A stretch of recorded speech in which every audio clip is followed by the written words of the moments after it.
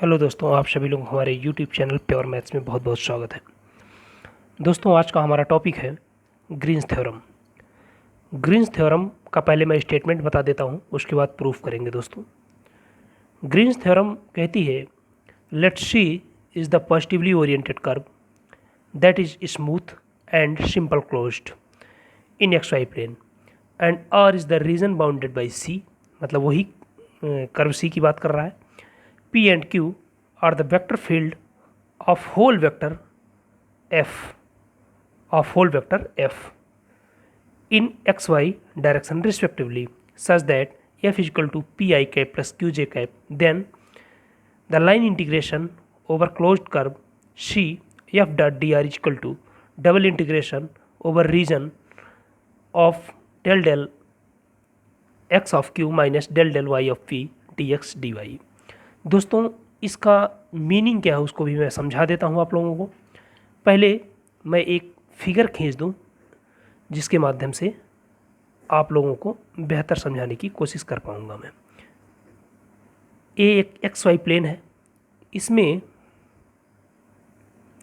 एक reason R है। किस कर्व के द्वारा बाउंड किया जा रहा है दोस्तों? सी कर्व के द्वारा बाउंड हो रहा है। एक सी कर्व है, वो कितना रीजन कवर कर रहा है? आर रीजन कवर कर रहा है। अब मैं आगे चलता हूँ, डेफिनेशन पढ़ता हूँ और स्टेटमेंट पढ़ता हूँ, आप लोगों को स्टेप बाय स्टेप समझाते हुए चलता हूँ। Let C is the positively oriented. C एक पॉजिटिवली ओरिएंटेड का मतलब है दोस्तों, इसकी डायरेक्शन जो है काउंटर क्लॉकवाइज है। आप लोगों को हमने कर्ल बताया था, आप प्रीवियस वीडियो में देख सकते हैं। कर्ल जो है दोस्तों, जब वो काउंटर क्लॉकवाइज कोई कर्व होता है तो उसका कर्ल जो होता है वो पॉजिटिव होता है।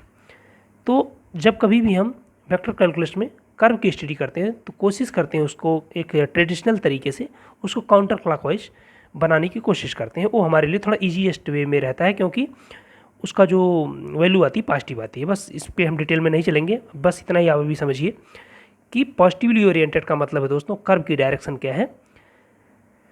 Counter clockwise. That is smooth and simple closed. इसमें क्या कोई ट्विस्ट नहीं है, ऐसा कर्व नहीं कि इसमें कोई ऐंठन है। That is smooth and simple closed, simply close है। एक मोबियस क्लोज होता है दोस्तों। ये जॉर्डन आर्क जैसा कि आप लोग पढ़े होंगे, जॉर्डन आर्क मतलब जॉर्डन क्लोज है। जॉर्डन क्लोज का मतलब सिंपली क्लोज हो गया है। यहाँ पे जैसे मैं एक फिगर बना दूँ तो ऐसा नहीं है कि इसकी कोई भी लाइन एक दूसरे को इंटरसेक्ट नहीं कर रही है, इस तरह से क्लोज नहीं है। ये भी क्लोज है, इसके दो पॉइंट मान लीजिए यहाँ पर हैं, इस तरह से आया इधर से गया, तो ये भी क्लोज है, बट ये इंटरसेक्ट हो रहा है, इसलिए इस तरह का क्लोज नहीं है, सिंपल क्लोज है दोस्तों। ऐसे उठा के ऐसे बंद हो गया है।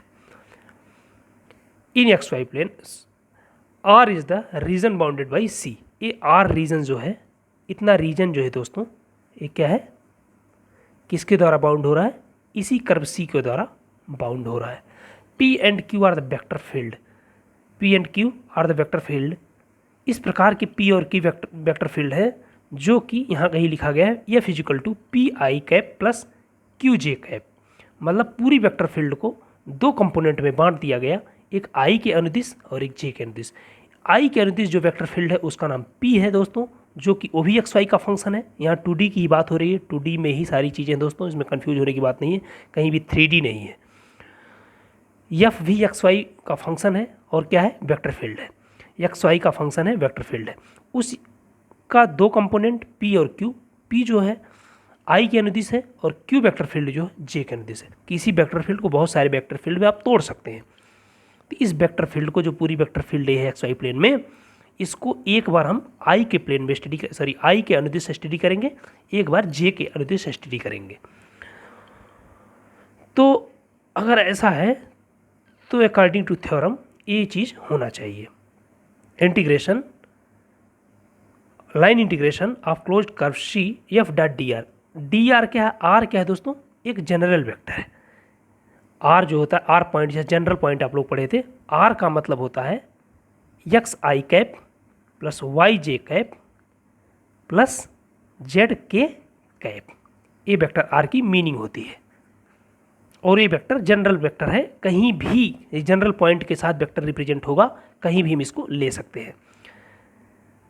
F dot D R is equal to double integration over region R that is enclosed by curve C of del del X of Q minus del del Y of P D X D Y.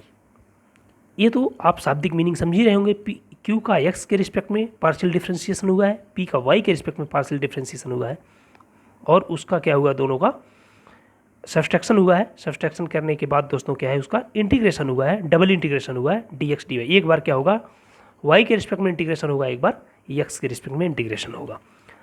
ये दोनों के बीच का क्या है, relation भी है। अब मैं प्रूफ की तरफ चलता हूँ।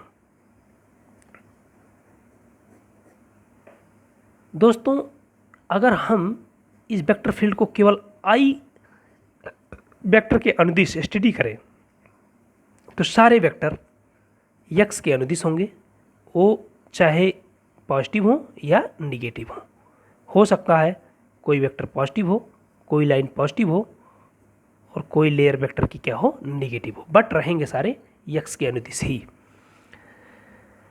अब मैं ये बता दूं आप लोगों को कि इसका लाइन इंटीग्रेशन जो होगा सी का इस वेक्टर फील्ड में, अभी हम इस केवल इस वेक्टर फील्ड की बात कर रहे हैं जो आई के अनुदिश है, और वो कौन है, पी आई कैप है।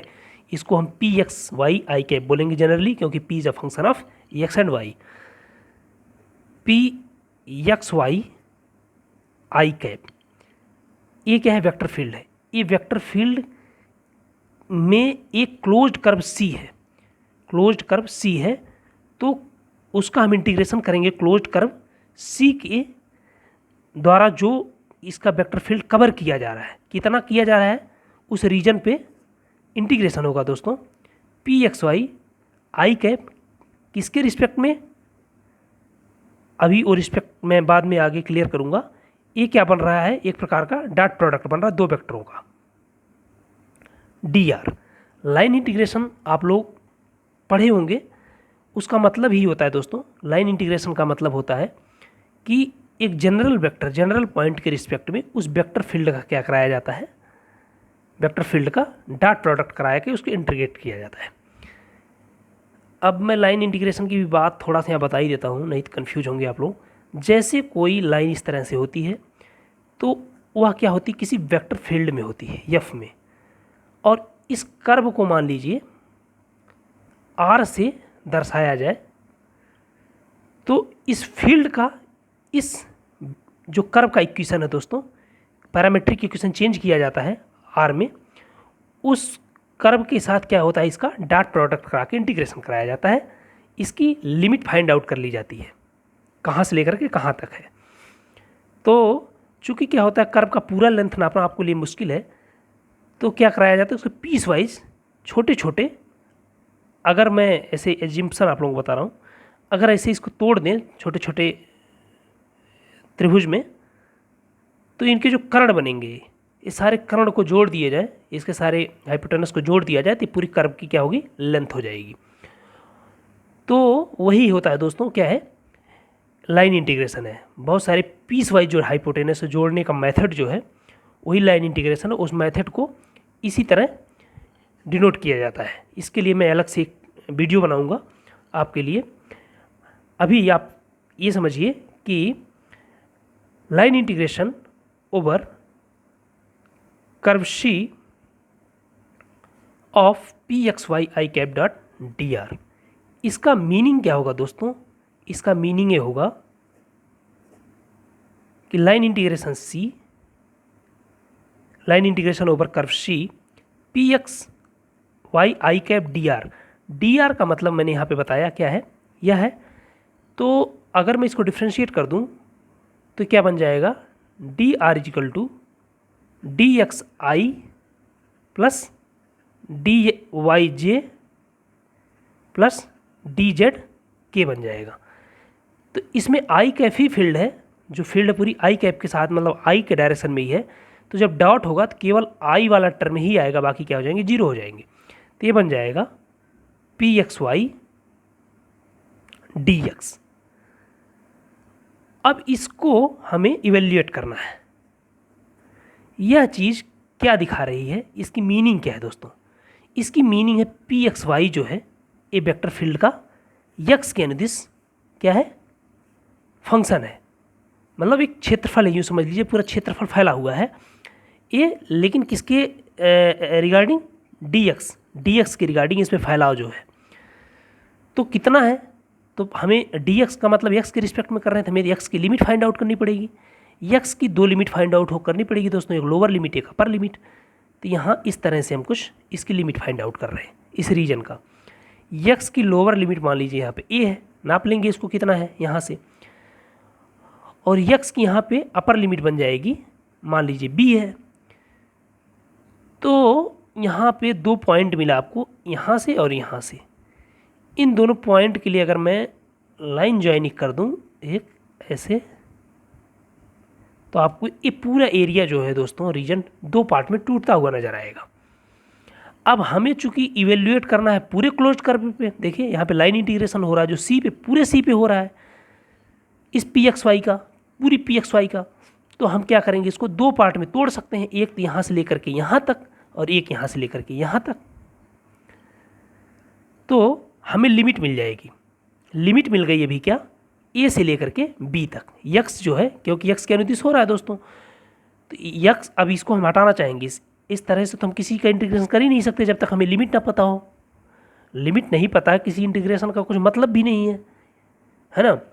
तो चूंकि हमें यहाँ पे एरिया निकालनी है, तो एरिया निकालने के लिए हमें लिमिट फाइंड आउट करनी पड़ेगी।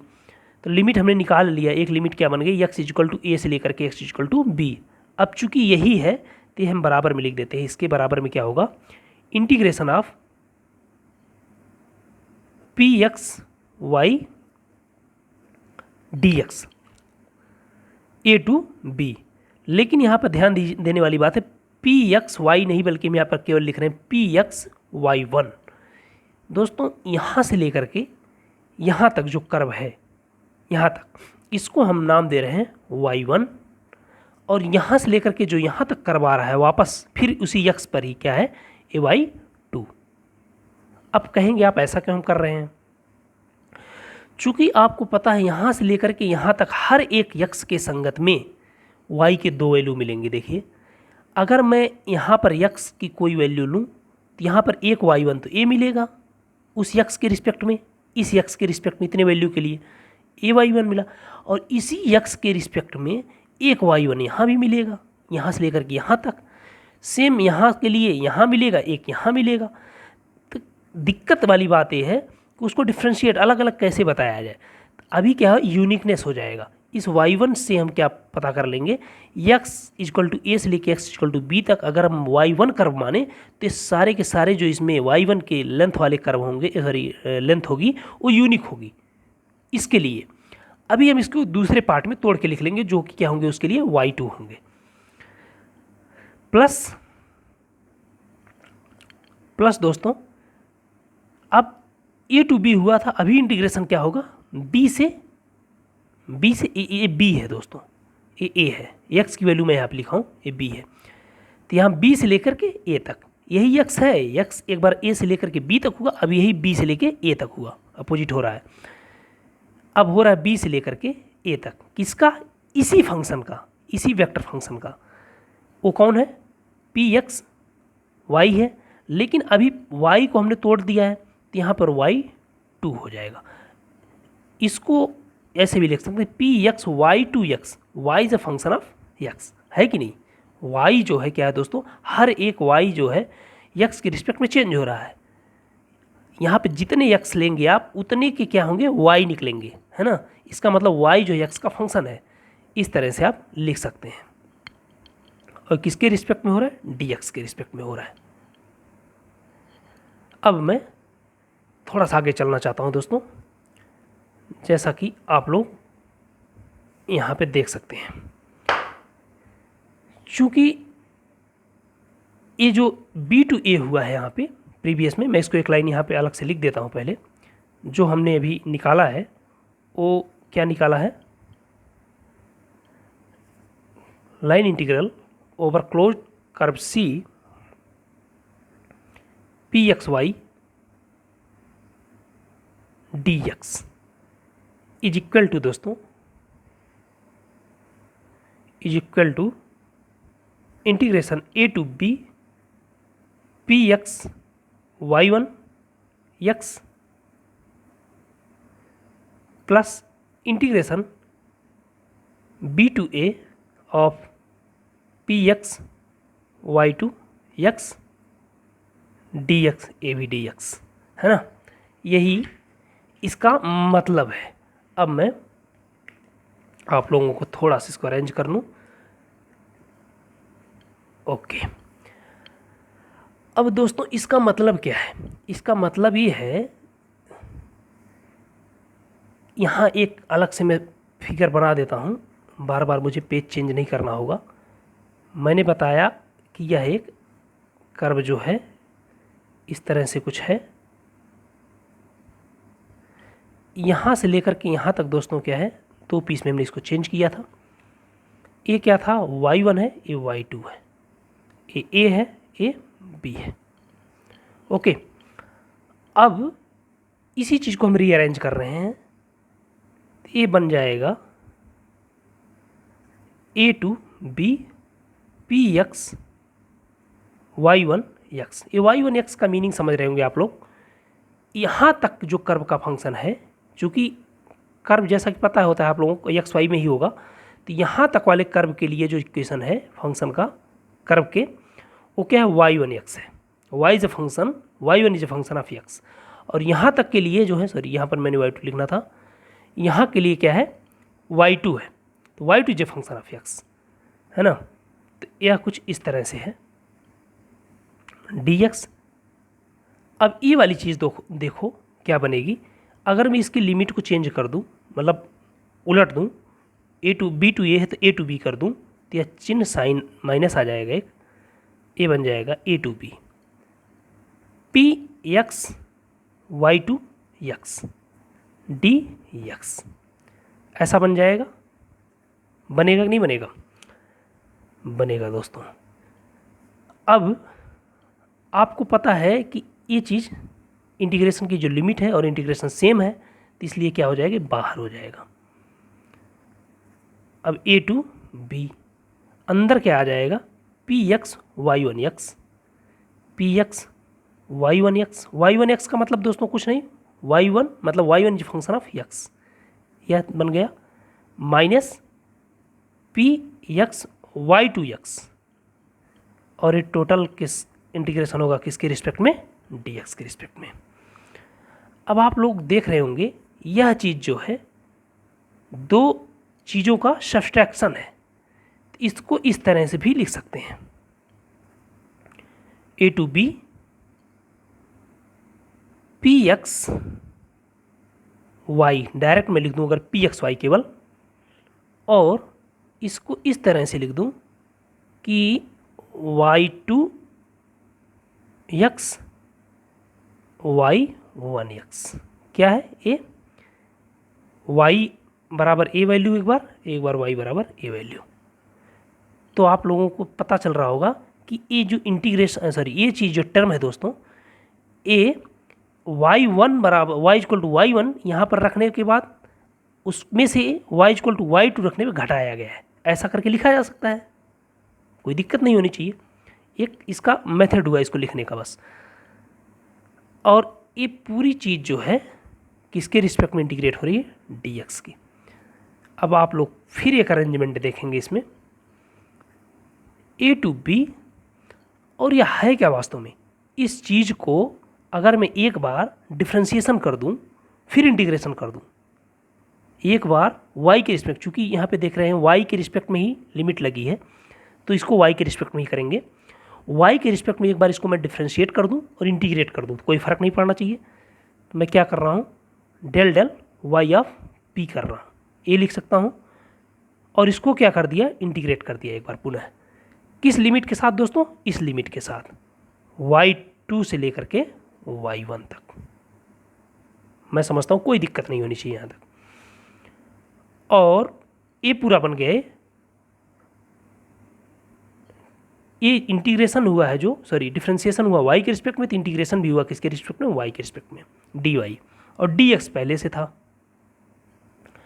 इसको अब थोड़ी और अरेंज करके लिख सकते हैं, चूँकि a और b दोस्तों क्या था?